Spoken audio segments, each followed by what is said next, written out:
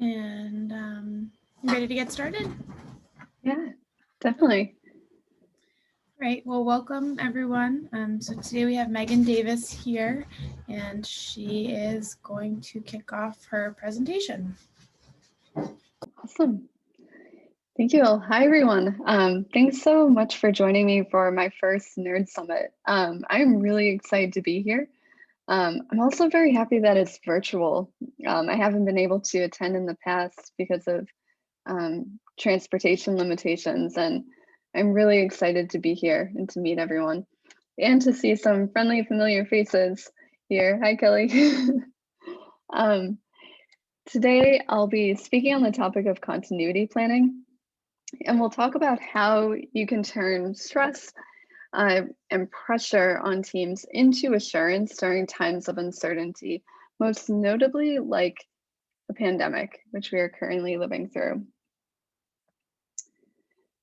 So a bit about myself. Again, my name is Megan Davis. I am a program manager and team lead with Palantir.net. Palantir is a full-service digital consultancy, and we design and develop solutions for healthcare, higher ed, technology, and public sector clients using both Drupal and other open source technologies. I'm based out of Cape Cod, Mass, not too far, and at Palantir, I largely manage complex digital projects and portfolios that cross sectors and are made up of cross-functional teams. And prior to joining Palantir, I worked largely in the international development and aid sector in East Africa. And so that was where my familiarity with risk management, but also largely with continuity planning, really came into play. And so I brought that background knowledge to Palantir when the pandemic was really at its earliest start a year ago.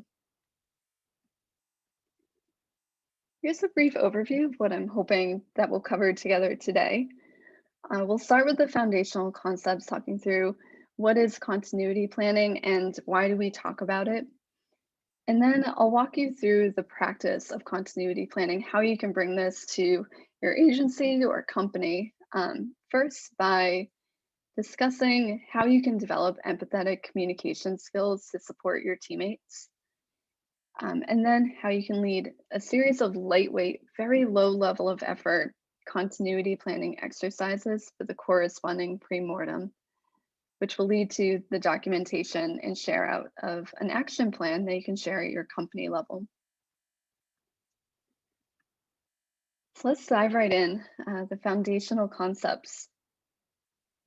So what is continuity planning?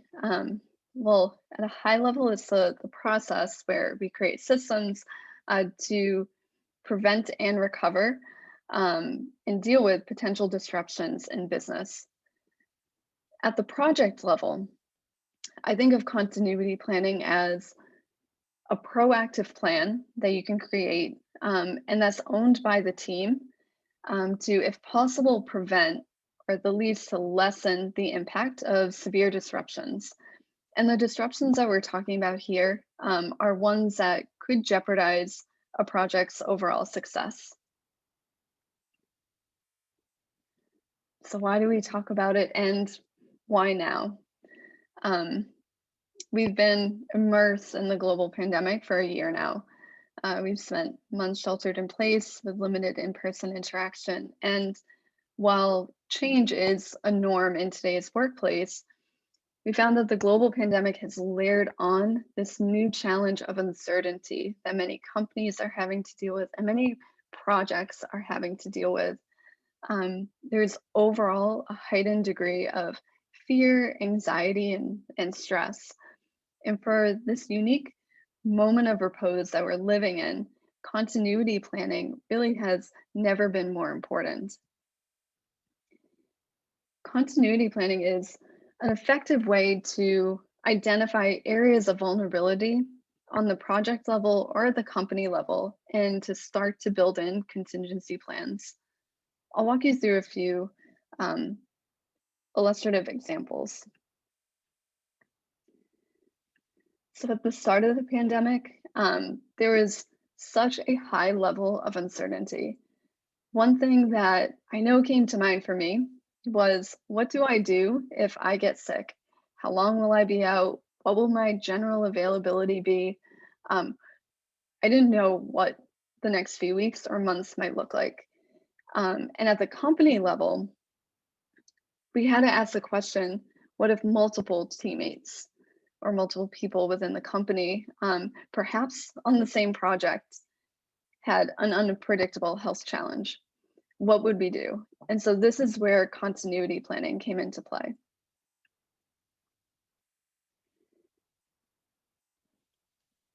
Something that also we could not fully predict was the challenge that the pandemic would layer on for caregivers. That means caregivers for sick, elderly, spouses, children, the whole range. And continuity planning provided a way to create space for our teammates or multiple teammates to step away when they were filling the role as a primary caregiver without feeling that the overall success of any given project would be jeopardized. And then finally, another challenge we just can't anticipate or plan for really is the risk that work would be impacted by life. There were so many scenarios that could have played themselves out, and we had to find a way to navigate that.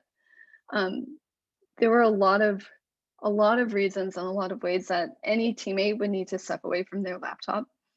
And what continuity planning did for Palantir was put in an actionable plan in case a teammate needed to close their laptop for any extended period of time. So we've touched on a few of the benefits, but the goal of continuity planning, as uncomfortable of a process as it may feel at times, really is to anticipate points of risk, is to protect your teammates and your clients from severe disruption and allow projects to recover quickly and effectively from setbacks.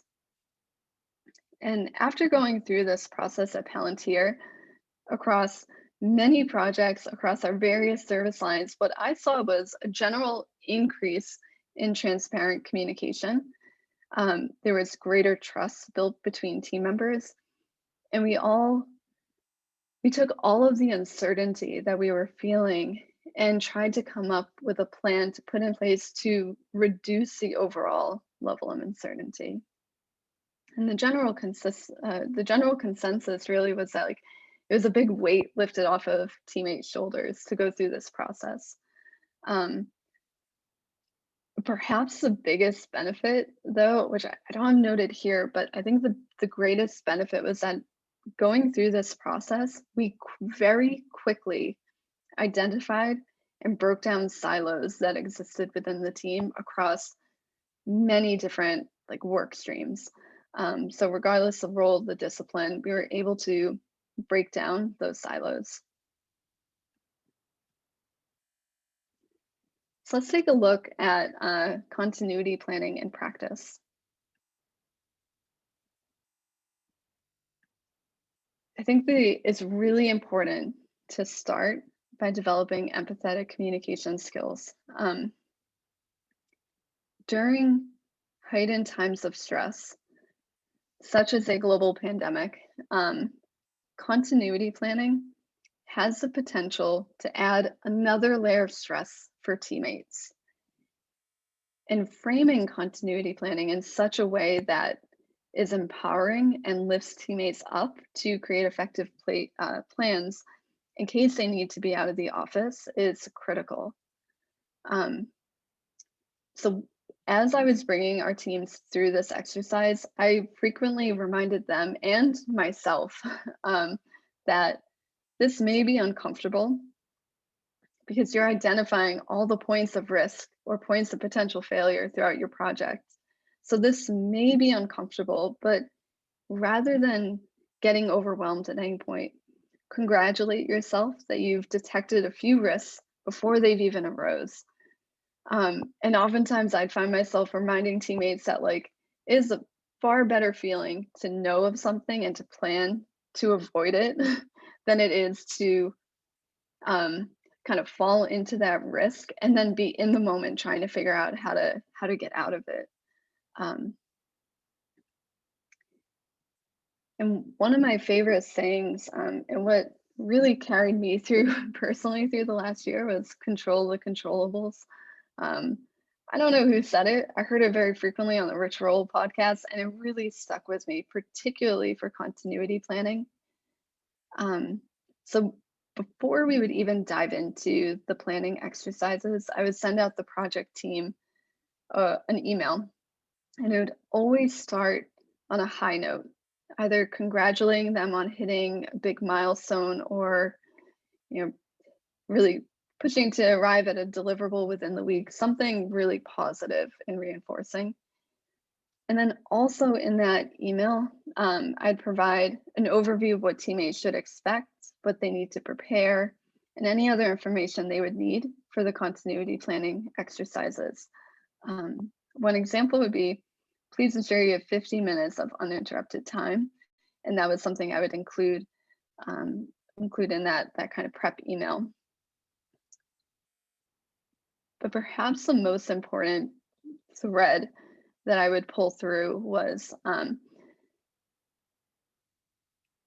making sure that teammates knew that whatever risk we uncovered, that risk did not rest on any one teammate's shoulders to mitigate, to lessen.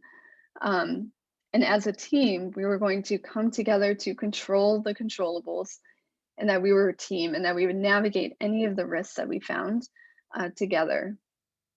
I use very similar language when we go through risk identification workshops regularly on projects.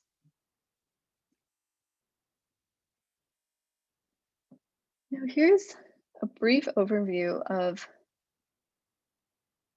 kind of what the schedule would look like for continuity planning practice. The first 4 days, a teammate is working independently, and they can dedicate between 5 to 10 minutes within their day to what we called workbooks. They were Google Docs that could be shared out. On day 5, we'd have an hour team pre-mortem, which I'll walk you through. That was a facilitated session. And then day 6, a share out. So this was when I, as a project manager, the team lead, would finalize our action plan as a team and then share it back at the company level. And we'll revisit why it's important to share out each individual project action plan at the company level in a bit.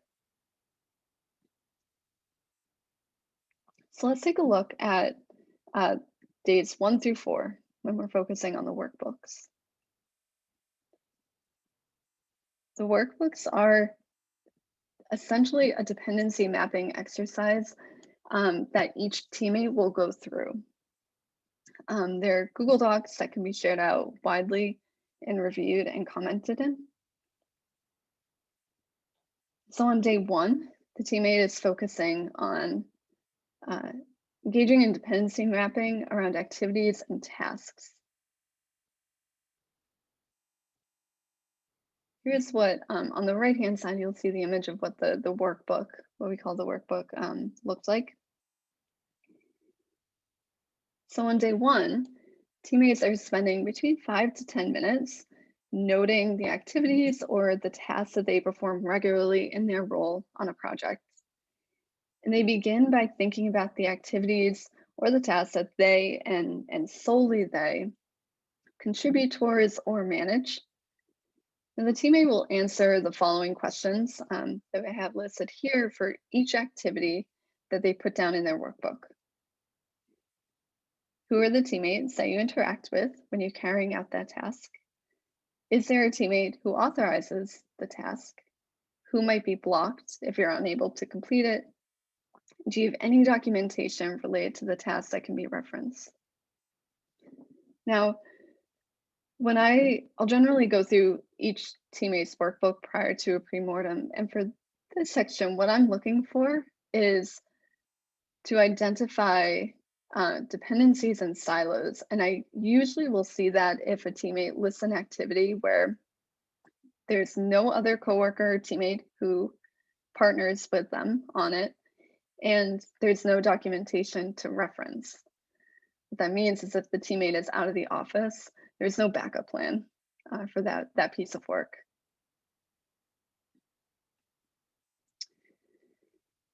Day 2, the teammate focuses on systems and tooling. Here again, they're dedicating 10 minutes to this exercise.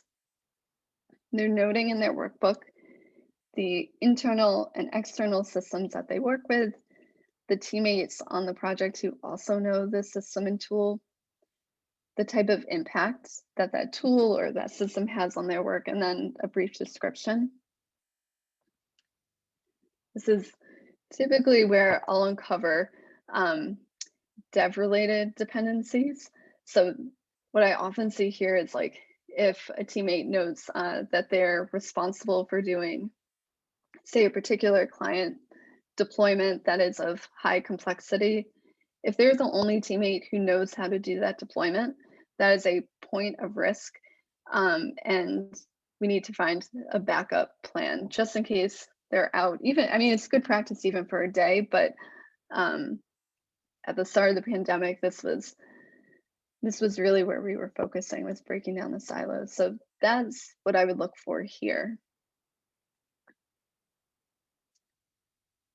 Next, the teammate revisits the workbook and they're looking at client interactions. And this is usually where I'll see like either me as a project manager, a product owner, or any type of leadership who's involved with regular stakeholders on the client side. This is where we're mapping those dependencies. And capping it at 10 minutes, a teammate will identify the various ways that they interact, whether one-on-one or in a team setting with a client or a group of project stakeholders. And they start to consider all of the most critical feedback loops that they're part of with the client. And they jot those down in their worksheet. And here, similar to the day 1 and 2, what I'm looking for is anywhere where a teammate meets one-on-one with a client. And that's to understand, and like to understand the cadence, but also to note if there's a silo in terms of like client communications.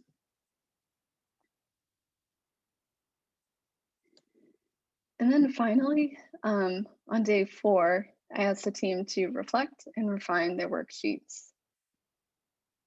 The reason why the reflect and refine is pulled out onto a fully separate day, and why I've tried doing this in one day, because it doesn't take a lot of time to go through all of these, but I found that I've had better luck when we separate it out across 4 days so that a teammate is always coming back with fresh eyes, and they can better see if they miss anything in their worksheet. So on day 4, 10 minutes, maybe 15 minutes to reflect on the worksheets, review it, see if there was anything that was missed. And then I do ask them, did you find anything that could slow the team down? Are there any milestones that you've uncovered that may be at risk? And did you uncover any blind spots? So the team will note that down in their workbook.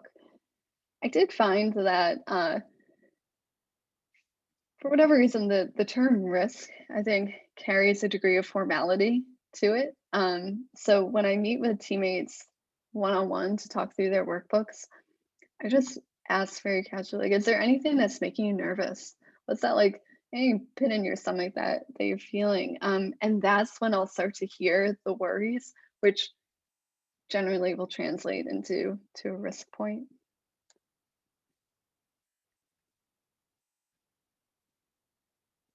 Cool. So at this point, you have all of your teammates' workbooks filled out.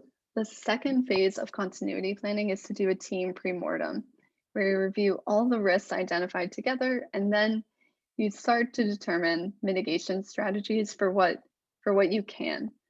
I think any of this is like, you can pull out pieces of this to integrate throughout your projects. It doesn't have to all be as one, but the pre-mortem is one that you can do at any point in a project. And I've had like a lot of great success running these pretty frequently throughout projects, especially ones with high degrees of complexity.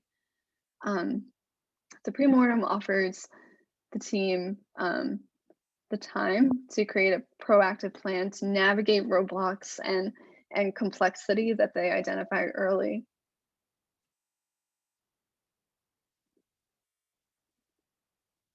So the pre-mortem is 50 minutes of uninterrupted time. You can either do this face-to-face or it can be virtual. And you should include all internal team members and internal project stakeholders. So if someone's unable to attend, I generally will reschedule it until we can get the full team to be there and to participate. The morning of the pre-mortem, I'm generally in the facilitator role for these sessions. So I do ask that teammates share their completed worksheets with me. And the reason why I do that is it will give me time as a facilitator to start to pre-process some of the risks and best prepare to facilitate the workshop.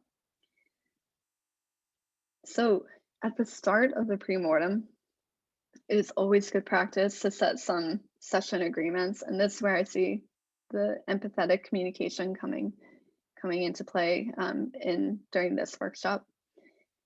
The session agreements, I try to avoid the term rules, like ground rules, but the session agreements really are codes that the team develops that they will honor during that 1 hour meeting.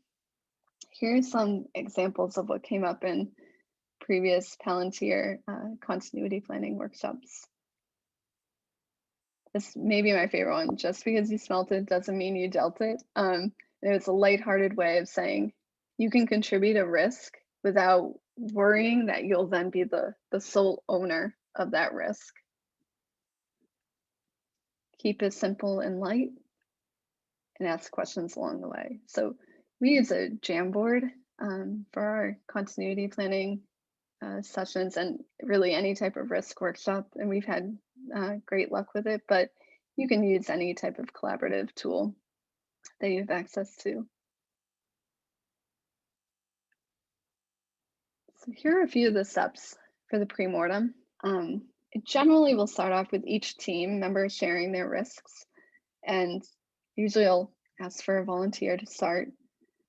And at this point, there is no problem that's off limits. So everyone's encouraged to share their risks or their worries, no matter how big or small, across all areas of the project, because remember, you're in this as a team together. Now, during this time, during this step, I try to avoid solutioning and just focus on getting everything out on the table. I will say that this is another point where you have to be mindful, I think, of where your teammates are. I've heard a few times like, oh, this is really hard to hear, like all the potential risk points within a project, like all the ways that the project could go wrong. But I do try to bring the team back and uplift them and say, this is really an empowering session. It is a lot better to be in a place where we're making a plan to account for something rather than in the converse, having a risk realized at any point. Next, teammates will vote on the risks that they want to devise mitigation strategies for. And there are 3 criteria that I'll prompt them to think through. What are the showstoppers? What are risks that are likely to happen? Here's where you're really uncovering the elephant in the room. And then third, prioritizing focus on risks that you can control over. This is where the controllables comes into play.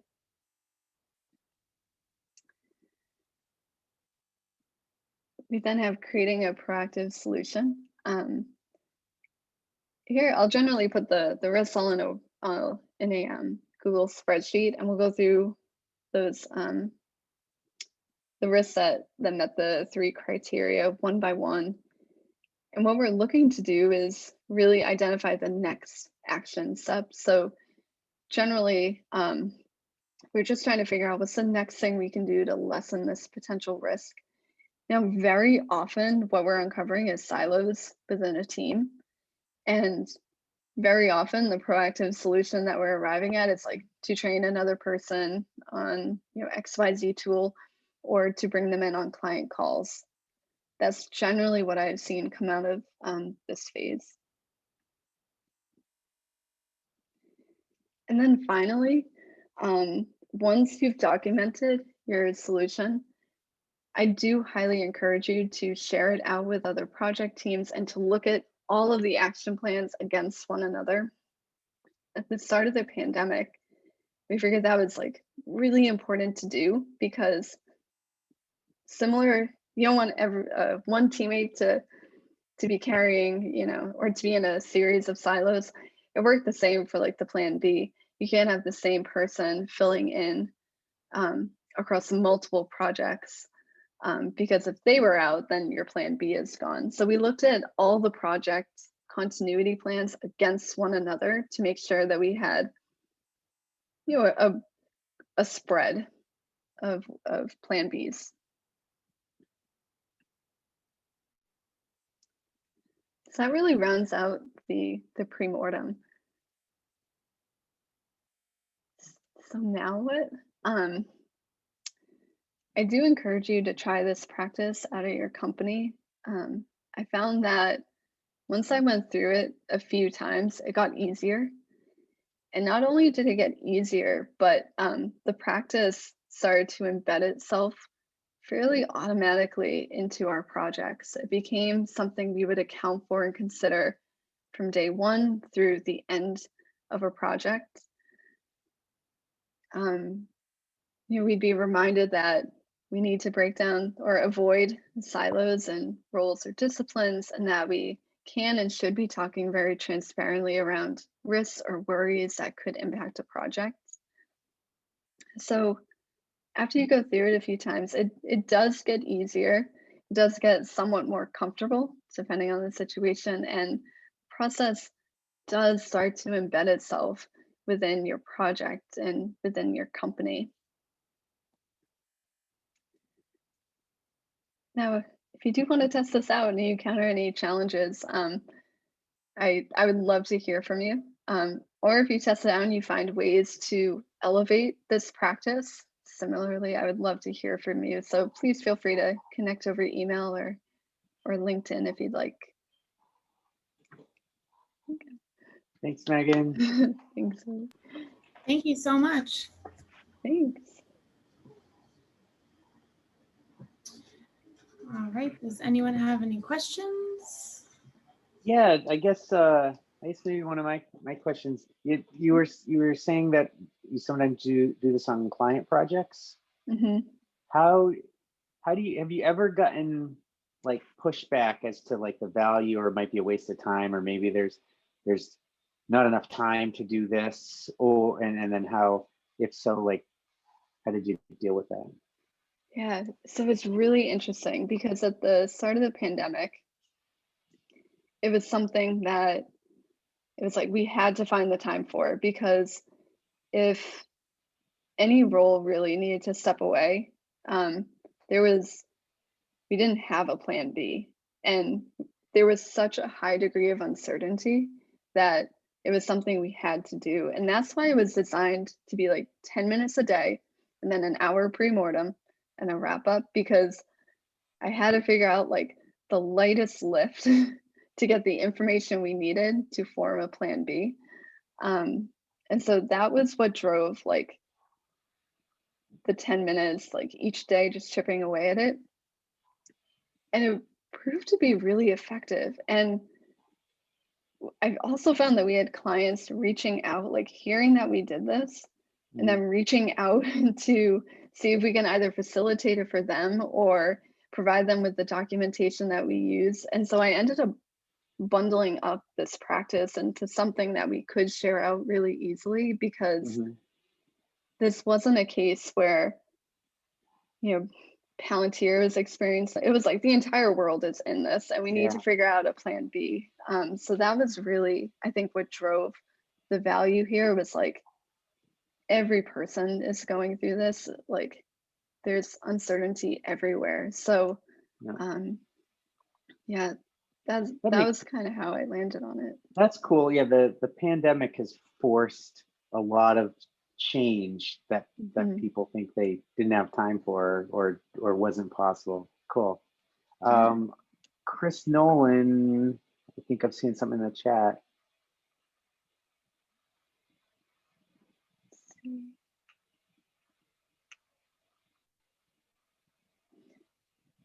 And so Chris, I see you wrote that these practices may help you not from a continuity perspective, from the lens of a team being under-resourced. So having a few very specific experts on the team using these techniques could be helpful to identify some backup possibilities. Yeah, I think that's very true. And I hope what we saw going through it was like, it is valuable to go through the entirety of this practice, but also once you go through it a few times, you can start to pull out particular pieces of it. Like I'll do a pre-mortem regularly on a project as a standalone workshop. You don't need all the workbooks ahead of it, but it is really helpful going through the workbooks, because I think if you haven't done that before, because it brings it all into the conversation, right, around making sure that there's a backup plan along the way. So I think any piece of this you could really pull out as a standalone exercise. I had a question. One of the later slides in the talk, I think you were kind of outlining the process to just getting the session agreements and then coming up with all the risks. And then could you talk a little bit more about, all the risks get out and then they voted, and then how do you process them? How do you maybe just is there a little more detail there? Yeah. So for me, that's why I asked for the workbooks in the morning, is so that I as a facilitator can do a bit of the pre-processing. I generally will have an eye towards even if this particular risk doesn't get a lot of votes, we need to talk about it, because that also happens. So for me, I need to set aside an hour of my morning to work through it. And that could just be how I work personally, but I do like to pre-process it.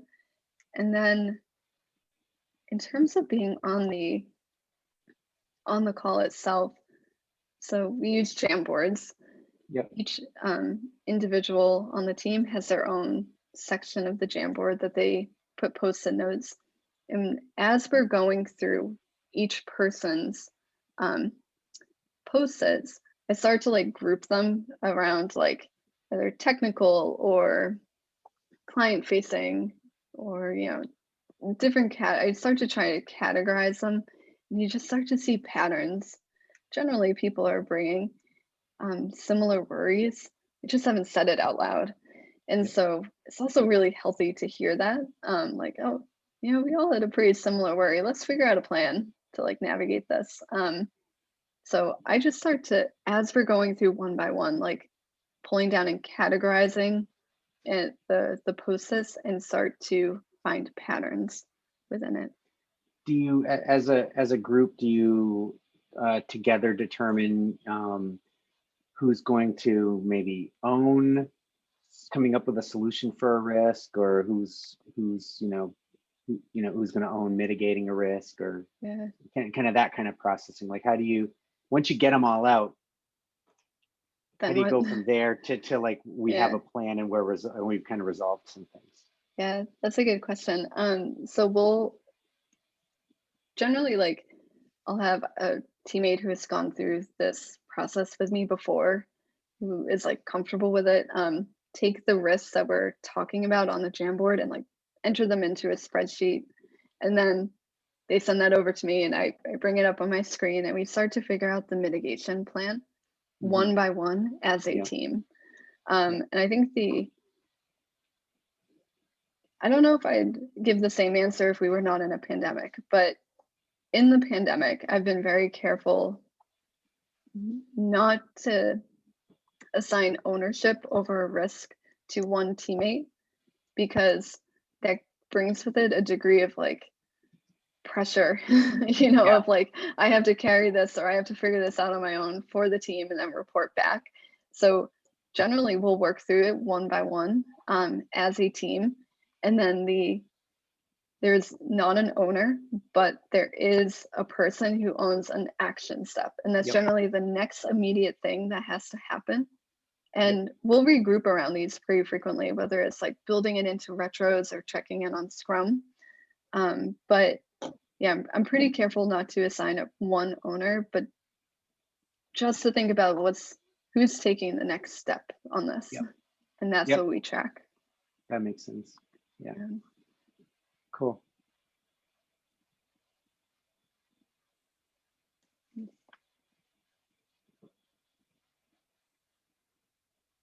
Has anyone gone through, like, are there any processes that were a bit different than this that you went through throughout the pandemic?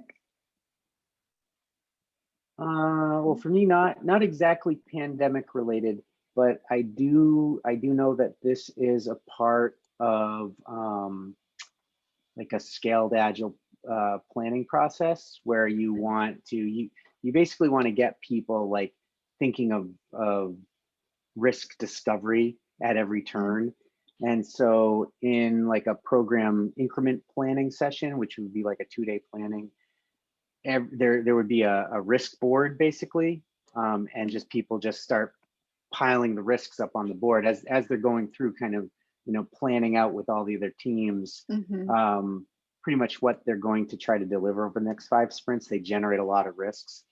And then a piece that you might consider adding to your workshop is, which it sounds like you do it anyway with the spreadsheet, but in Scaled Agile, they use this acronym called ROAM. So for each risk, you want to roam the risk, and ROAM stands for resolved, owned, accepted, and mitigated. So basically each risk is, can we talk about this so that it's not a problem anymore? Then it gets put in the R category. And then owned is there a next action to work on with this? Who owns that action, like you were saying? Accepted is, thanks for calling this out. We're just gonna hope it never happens. There's really nothing we can do. And then mitigated is, okay, we figured out something, a plan to put into place to mitigate it. So then you generate them basically during planning. You process all of them. So then at the end of the 2-day planning session, you kind of have the plan figured out, and everybody gives a confidence vote. And the ROAM board is one of the things everybody looks at to see like how much risk that we're accepting. So that's really cool. I like that. I like those 4 categories. Yep. I googled up a link that's, I can't vouch for it, but about ROAM, but it's Candice is a reputable product, so they probably wrote a pretty good thing. Very cool. Thank you for sharing. I'm excited to look into this. I feel like you could build ROAM right into, like it would just be another column, right? Of when you're going through risks. Yeah, it's basically like when you said you have this spreadsheet and you go one by one. You're basically doing this, but just not, you know, with these specific calling it out. Yeah, that's cool. Thank you for sharing. I'm excited about this. That was the only thing that I thought of. But yeah, it's good to be comfortable with finding problems, right? Yes. It's part of like thinking systemically, right? Like and not taking it personally, right? Like we found a weak point. It's not a reflection on one of us personally, but there's an issue with the system or the plan that we need to improve. Yeah, definitely. I found that risk identification workshops in general have they've gone harder over like within the last year, because I think there's just heightened stress of everyone. And so really ensuring that the framing around that is there, and exactly as you said, Kelly, like You know, it's okay to say, like, to share out the risk. It's actually better that you say Yeah. it now before we're like in it and then we have to figure out what to do. Yep. Yeah, I think that's Yeah, it's it's like really a little, important. it's probably a pretty good way to get a pulse of the culture of the organization. Because I think if Good. it's a hard thing to do, then like you had one of the slides, you might want to try to figure out the psychological safety in the group. Yeah. They'd probably try to start to figure out some of the dependencies that the organization may be, the challenges that they may be facing before they can actually take a Yep. a risk workshop seriously. Absolutely. It really relies on transparency. Yep. Hey, Megan, I have a quick question. That was a really great presentation. I think it was good for me to see it, to like put a framework to something like this, because I think that can be, you know, like people might know, oh, I need to do something like this, but the how is always challenging. So this was great. You know, one question I have is, how often do you repeat this process? Or like, do you have like a rule of thumb or a recommendation for that? Just because things change in technology so quickly, and obviously with the pandemic so quickly as well. Yeah, that's a good question. At the start of the pandemic, we did this across every single project, across every service line, within our internal disciplines, internal initiatives. Like, we did this everywhere we could. I think since that, what I've done is I've run this full process on projects I'm on that have a high degree of complexity. On smaller projects, I typically will take pieces of this. So I will almost always run a pre-mortem workshop during discovery, at the start of implementation, and then just before going into QA. And those are the 3 points, regardless the size of the project, but we'll do a pre-mortem or a risk identification workshop. It's also worth, like, I think the workbooks are helpful in that there's like, so at this point, like every teammate at Palantir has gone through a continuity planning workshop with me or with the teammate many times across like a few projects. So now the questions that are in the worksheets, like we've done it so frequently that they're now embedded. So having conversations around silos is something that is like, we talk about it and we raise our hand if it's like, oh, you know, I've been in this particular client meeting by myself, like we need to bring in another teammate. And so it's something that, because we went through like the intensity of going through this a few times at the start of the pandemic, is now embedded and is part of like what we do regularly within our workflows.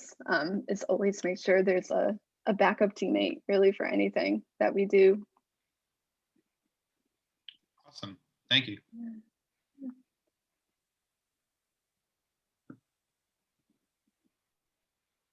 Well, thanks so much, everyone, for joining. I am really excited that I was able to join Nerd Summit this year. Really happy to be here. Thank you, Megan. That was great. Well, awesome. Really well done. Very clear. Thanks. Thank you. I'll put my contact back up.